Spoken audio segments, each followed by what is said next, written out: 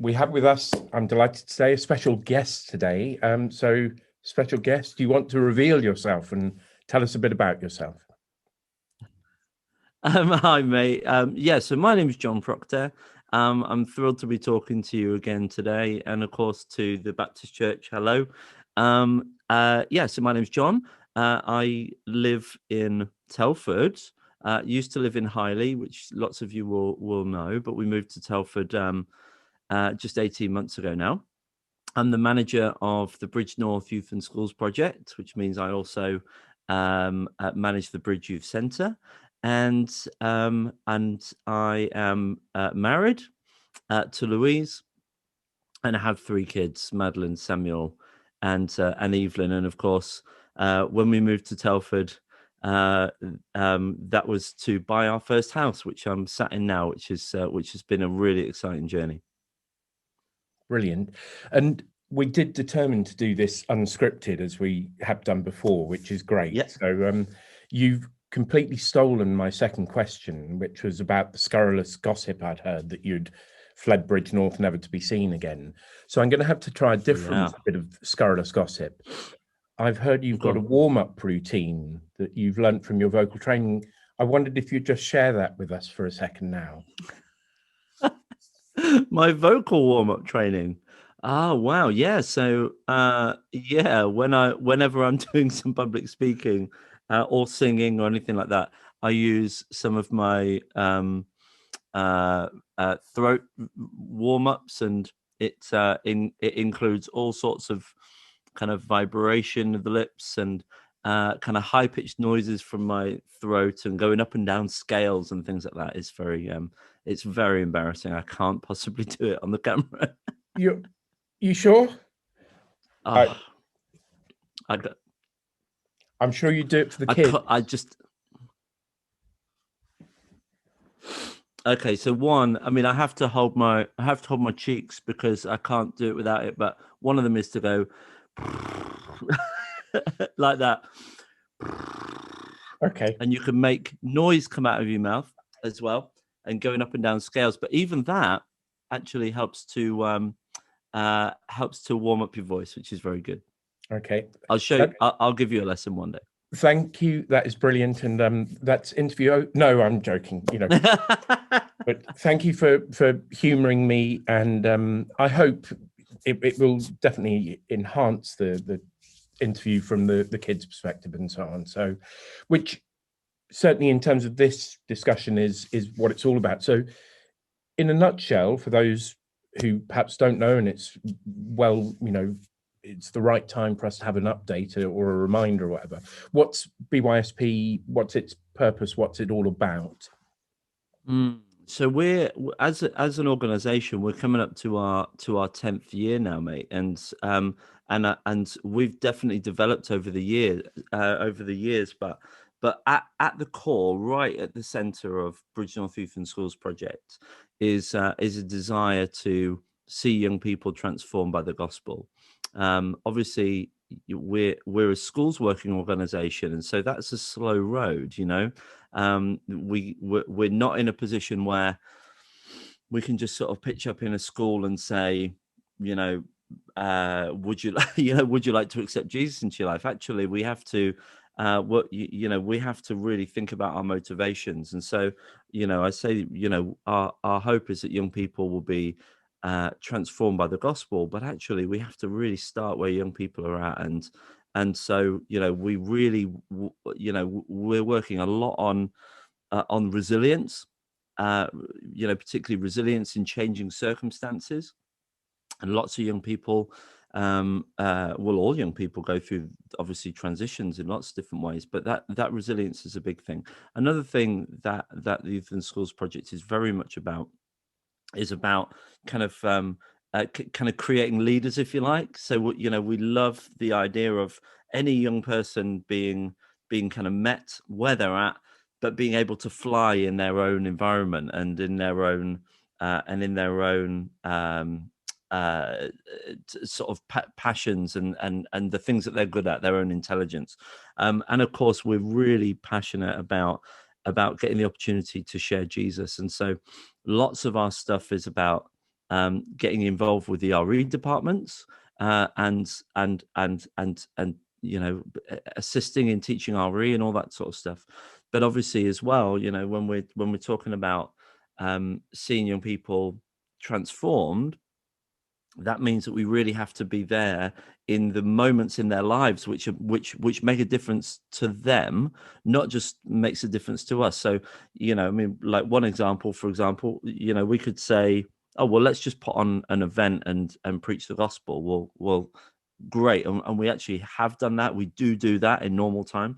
But we also have to be there when the young person's at their, in their own environments, in their difficult moments, but being there when young people are hanging out on the streets, maybe, or need a place to have a haven in the bridge, or that sort of thing. So that's why we do a lot of the things that we do, and have a range of things that we're engaging with as a project, both in school, in the community, in the bridge, in RE, and supporting young people, mentoring young people in different ways as well. So yeah, it can feel like quite a complicated picture, but right down at the center of it is, we want to see young people transformed by Jesus.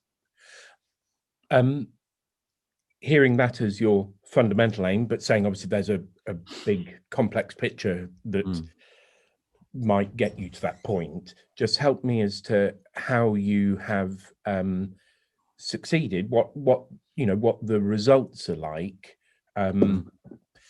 over that time. Yes, on the people's lives being transformed by Jesus, but you no doubt will have other metrics because of the way that, as you said, it's a complex picture. So how have you been doing? Yeah, I mean, we split our project up into different sort of sections, if you like. It helps us to understand the journey of young people. So, we start with the top end of primary school. We then have a program that's about RE teaching and things like that. We've got a program that's to do with supporting students, a program that's about the Bridge Youth Centre, and one about specifically kind of preaching and teaching Jesus.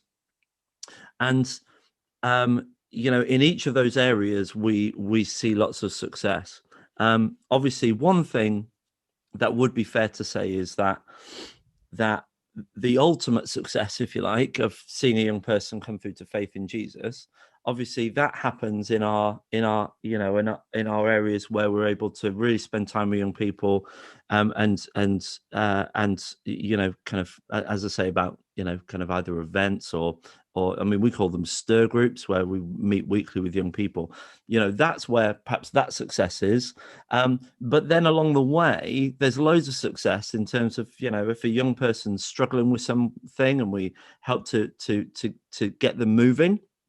Sometimes a young person is struggling in school, and we can stand in the gap and help them to find sort of some movement forward. But in terms of let's say stuff with primary schools, success is it looks very different, because there we're really introducing ourselves to young people before they get to secondary school. So when we get to spend time with young people in year 6 and to be a part of their transition journey, we wouldn't say, hey, high five, we've been successful in teaching a lesson. Well, that's fine, we've done some output. That's output, isn't it? But the real successes come when young people have been with us perhaps 3-4 years, or a couple of years, and they see some movement in their lives. And what we find is that the young people that we've been really successful with, we perhaps met them in a year 6 workshop first, and then we taught them a couple of times, and then they came to a lunchtime club, and then maybe they came to the bridge, and maybe came to a camp and started coming to a stir group where they were saying, oh, I want to know more about who this Jesus is. So there's often a long journey, and we often will spend time literally tracking, I don't know, let's make up a kid, Jimmy Bobbington or something like that, little Jimmy, you know, how's little Jimmy doing? And we kind of go, well, when did we first meet him? You know, oh, well, let's look at our registers and things. Oh, he came to, he was in one of those lessons, and we track him through. Oh, well, do you remember that time when little Jimmy was having a problem at home, and we were able to you know, to mentor him through that and talk to his parents, you know, when the school asked us to help it. So there's lots of different things that can happen. It can be quite a complicated picture, but we really follow the journey of young people. And we do that because we love them, and we want to see them succeed, and we want to celebrate them as well. It's really put me in mind of an additional question I'll ask in a second, but it probably fits better at a different place. So I'll come back to that. Tell us, how have you sustained this interaction, this support, you know, this following children in where they're at through pandemic? It's the, you know, perennial question at the moment, but how have you managed to do that through the pandemic? Yeah, I mean, I would call this period, and this is perhaps more of a personal opinion, but I am here talking to you. You know, it's the great sadness, to be honest with you, that this is a period of sadness, because for young people who we already had a good connection with, you know, let's say, for example, before the pandemic, they came and they became a member of something we were doing, which meant that they gave us their details, their home address, obviously, things like that. Those young people who were already engaging at a good level, we were able to carry on with reasonably well. Now the engagement through the pandemic has gone up and down, but for the young people we knew, that's gone really, really well. For the young people who were not with us, you know, who hadn't yet had that opportunity to come and to be known by us, and for us to know them, obviously those young people, they would have been young people we would have been engaging with in this last year. And of course we've not seen them, we don't know them, we don't know where they are or what they're going through, and there we can really only fall back on prayer, because for all of best intentions, schools are struggling, young people are struggling, parents are struggling, the world's struggling. And so even when I kind of metaphorically knock on the door with an email and a phone call and things like that to schools to say who's struggling, how can we help, obviously you'll appreciate that we're not necessarily a high priority. And so for young people who we've had good contact before the pandemic, we've been able to be creative, to meet them online, obviously in safe groups and things like that. We've been able to you know, some cases send things to them and encouragements, and to offer them our time and our you know, and our sort of ears, you know, when when they want to talk. So yeah, it's a Yeah, difficult picture. yeah, I get that. Back to the thing that you put me in mind of, I was on a sort of Pan Bridge North prayer thing on Thursday, and Graham was on that, and Kate King from the Anglican community, and she was talking about transforming lives for good, and so the work that, you know, she is involved in with primary schools, and then you're talking about, you know, year 6 and beyond and so on, and you know, it's consistent with other things that are going on in my life, more of in future, for you and for Bridgenorth Baptist Church, Yeah. but which is about forming relationships that are lifelong, and as you Yeah. say, based out of our love for people. So I suppose my question was, how do we join up that consistent, lifelong being with people on the journey, if you see what I mean? That's interesting. Yeah. I mean, I think, you know, I mean, there's a number of ways to think about that. If we think about ourselves as separate, it's a horrible word to say, agencies, ministries. You know, if we see ourselves as different agencies, you know, you've got you know, what the Anglicans have been doing the last couple of years in really stepping up their work in primary schools, which is so welcome. And then you've got us who deal with this sort of transition over the hump, if you like. But then there's another hump on the back end, and you know, that's the kind of transitioning into life thing. And of course, lots of young people leave the area, and that's a complicated picture. But just in terms of, you know, how do we work as agencies, if you like, it means we have to. I mean, I use the term sort of adopt each other. You know, we have to adopt each other into each other's ministries, into each other's agencies, because it's not. And obviously, Kate's not the only one, but you bring up her name, so we'll just use her as an example. It's not Kate, then me, or me and Becky. It's not Kate, then me, then you guys. It's all of us together, and within reason, we have to be kind of in each other's decision making, in each other's playgrounds, and in each other's hearts, because we're not passing, you know, this isn't a cattle market. We're not passing cattle from one distributor to another. You know, we are, you know, we're dealing with human beings, and we love them. And actually, you know, if I were to kind of rewind the clock to 10 years ago, where it was me with the Youth and Schools project, obviously, it was me and Open the Book. You know, Open the Book's been around for a long time. There was Open the Book, and there was the Youth and Schools project. And, you know, my focus over the last 10 years, obviously with lots of different team members, has been to build relationships with young people.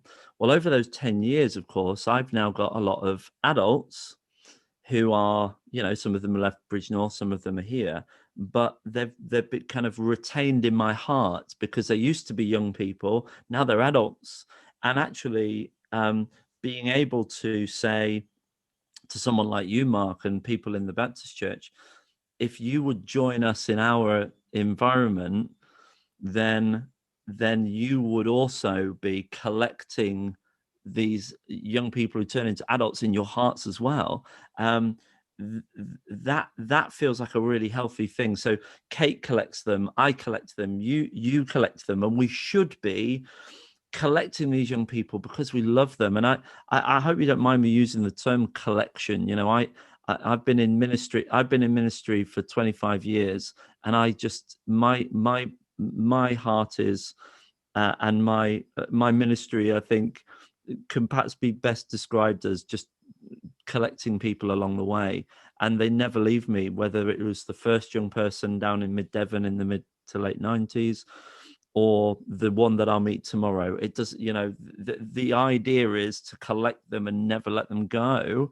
Not that we don't release them into their own lives, but in our hearts we don't let them go. That's the thing.